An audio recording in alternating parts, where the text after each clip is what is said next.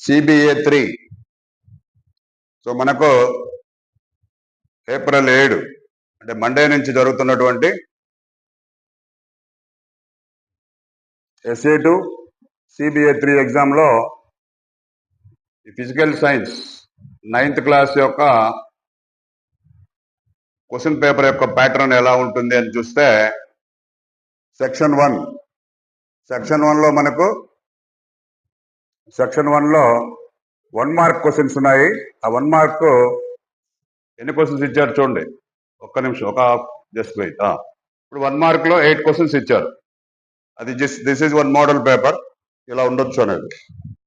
Why does our palm feel cold when we put acetone on it?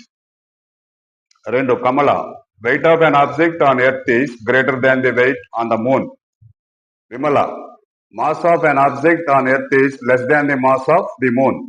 Amala, both mass and weight are same on the earth as well as the moon. Who is correct? ఒక చిన్న statement లాగా ఉంది ఇది. వీటిలో మనం ఏది కరెక్టో అది రాయాలి. Question number 3, complete the following table. Distance, time, speed ఇచ్చారు.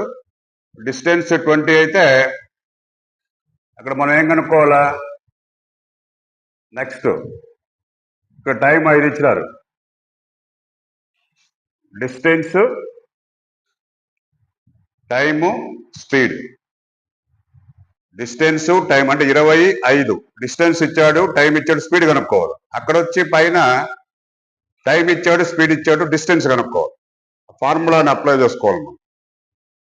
Speed is equals to distance by time అనేటటువంటి ఫార్ములాని అప్లై చేసుకొని అది ఫిల్అప్ చేయాలి.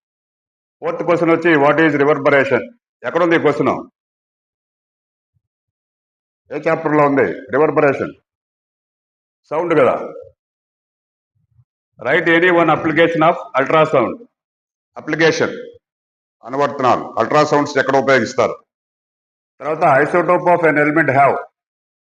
ఐసోటోప్ అంటే ఏంటి? సేమ్ అటామిక్ నెంబర్ ఉంటుంది, డిఫరెంట్ మాస్ నెంబర్స్ ఉండే వాటిని ఐసోటోప్స్ అంటాం. ఎగ్జాంపుల్స్ కూడా రాయొచ్చు మనం. కార్బన్లో C612, C613 isotopes. Number of isotopes ఉన్నాయి ఎగ్జాంపుల్స్. ఇక్కడ ఇచ్చాడు, దాంట్లో కిందనే ఇచ్చేసాడు. The same physical properties, different chemical properties, different number of neutrons, different atomic numbers. So right any one application of ultrasound. తర్వాత isotope of an element have. Mass number వేరే ఉంటుంది కాబట్టి మాస్ నంబర్ అంటే ఏముంటాయిదంటే మాస్ నంబర్లో different number of neutrons. Mass number అంటే ప్రోటాన్లు plus న్యూట్రాన్లు, దాన్నే మాస్ నంబర్ అంట. ప్రోటాన్లు ప్లస్ న్యూట్రాన్లు కలిసి న్యూక్లియస్లో ఉంటుంది. నెక్స్ట్ వచ్చి right SI unit of force. బలం యొక్క SI ప్రమాణం. Right SI unit of force. ఏంది బలం యొక్క SI ప్రమాణం? న్యూటన్స్ కదా. Draw the Dalton symbol of phosphorus. Dalton symbol రాయాలి ఫాస్ఫరస్ కి. తర్వాత సెక్షన్ 2, వెరీ గుడ్. సెక్షన్ 2లో answer the following questions. Section 1లో మనం అన్ని రాయాల్సిందే, నో చాయిస్. సెక్షన్ 2లో కూడా అదే పరిస్థితి. Complete the table. ఇక్కడ సింబల్, ఫార్ములా ఇచ్చారు. Sulphate ion. ఆ సల్ఫేట్ అయాన్కి మనం ఫార్ములా రాయాల్సి వస్తుంది, ఎలా ఉంటుందని. అక్కడ ఏదో ఇచ్చాడు మళ్ళీ సింబల్, ఫార్ములా, అండ్ పైన సింబల్, ఫార్ములా. ఇక్కడ వచ్చి కింద ఫార్ములా. సల్ఫేట్ అయాన్కి రాయాలా? ఇక్కడ సల్ఫ్యూరిక్ ఆమ్లం, తర్వాత పొటాషియం ఆటం, తర్వాత అమోనియం అయాన్. సో ఆ టేబుల్ని మనం కంప్లీట్ చేయాలి. నెక్స్ట్ తర్వాత your friend is unable to understand the differences between uniform motion and non uniform motion. Pose అని 2 క్వశ్చన్స్ టు క్లారిఫై. క్వశ్చన్స్ వేయడం. యూనిఫామ్ మోషన్ అంటే ఏంది ఆయన అడుగుతున్నాడు. ఏంది ఇక్కడ? Your friend is unable to understand the difference between uniform motion and non uniform motion. రెండింటికి తేడా ఏంది? యూనిఫామ్ మోషన్ అంటే ఏంది? సమచలనం. తర్వాత నాన్ యూనిఫామ్ మోషన్ అంటే అసమచలనం. దీని మీద 2 క్వశ్చన్స్ వేయాలి మీరు. Why is not possible to see an atom with naked eye? మనం కంటితో ఆటమ్స్ చూస్తామా? చూడలేము. అది ఎందుకు అని అంటున్నాడు. Why is not possible, it is not possible, ఎందుకు చూడలేకపోతున్నాం అనేది క్వశ్చన్ ఇక్కడ, దానికి ఆన్సర్ రాదు. సో ఇక్కడ వరకు సెక్షన్ 2లో కూడా చాయిస్ ఏం లేవు. సెక్షన్ 3లో answer the following questions 3 into 4 12 marks. ఇక్కడ 12th క్వశ్చన్లో draw a chart showing inter conversion of 3 states of matter. ఒక చార్ట్ లాగా వేయమన్నాడు. పదార్థం యొక్క 3 స్థితులు. 3 స్థితులు ఏంది? Solid state, liquid state, gaseous state. తర్వాత draw the shapes of waves for a low pitch sound, high pitch sound. ఇవి కూడా వేవ్స్ వేయాలి. లో పిచ్ సౌండ్ ఎలా ఉంటుంది, అవి మనకు సౌండ్ లో ఉన్నాయి, సౌండ్ చాప్టర్ లో ఉన్నాయి diagrams.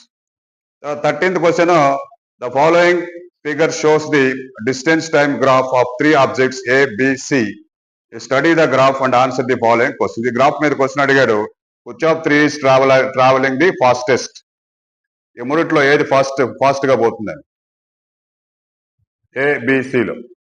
Are all 3 ever at the same point on the road? How far has C traveled when B passes A? How far has B traveled by time it passes C?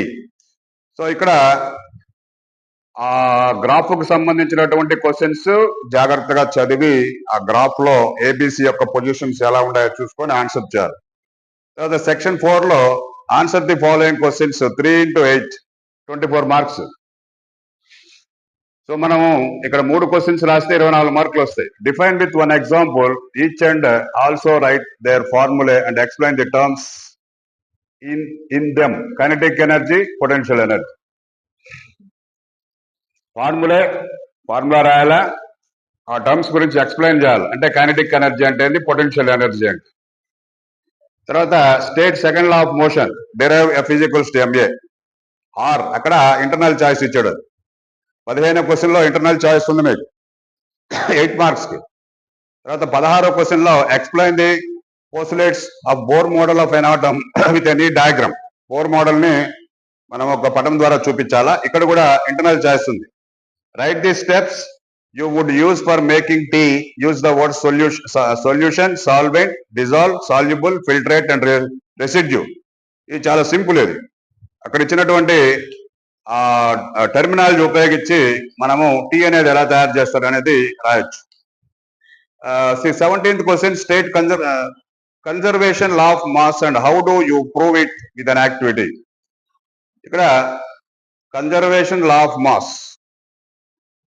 అది ఆ సూత్రాన్ని మనం ఒక activity ద్వారా ఎలా prove చేస్తాం. Or state Archimedes principle and how do you prove it with an activity. So ఇవన్నీ కూడా ఇంపార్టెంట్ క్వశ్చన్స్. అంటే మనకి ఇప్పుడు ఓన్లీ 8 మార్క్స్ క్వశ్చన్స్ లో మాత్రమే ఏమున్నాయి,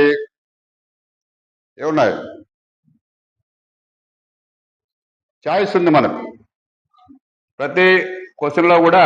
అంటే మనం టోటల్ గా ఎన్ని క్వశ్చన్స్ ఇస్తారు 8 మార్క్స్, ఇక్కడ ఎన్ని వస్తాయి, 6 క్వశ్చన్స్ వస్తాయి. మీరు ఒక 10 క్వశ్చన్లు కానీ చదువుకుంటే ఖచ్చితంగా మీరు 3 క్వశ్చన్లు రాస్తారు, 3 8 24 మార్కులు వస్తాయి. కాబట్టి ఆ 50 మార్క్స్ కి క్వశ్చన్ పేపరు ఈ విధంగా ఉంటుంది. సో ఇది ఒక మోడల్ పేపర్ మాత్రమే, ఇలాంటి క్వశ్చన్స్ రావచ్చు. కాబట్టి మీరు మనకు 11th మనకున్నది ఎగ్జామ్ 11th కదా. సో 11th మీరు బాగా ప్రిపేర్ అయ్యి అవుట్ ఆఫ్ 50కి 50 మార్క్స్ తెచ్చుకునే విధంగా ప్రిపేర్ కావాలని చెప్పేసి నేను ఆశిస్తున్నాను. Thank you.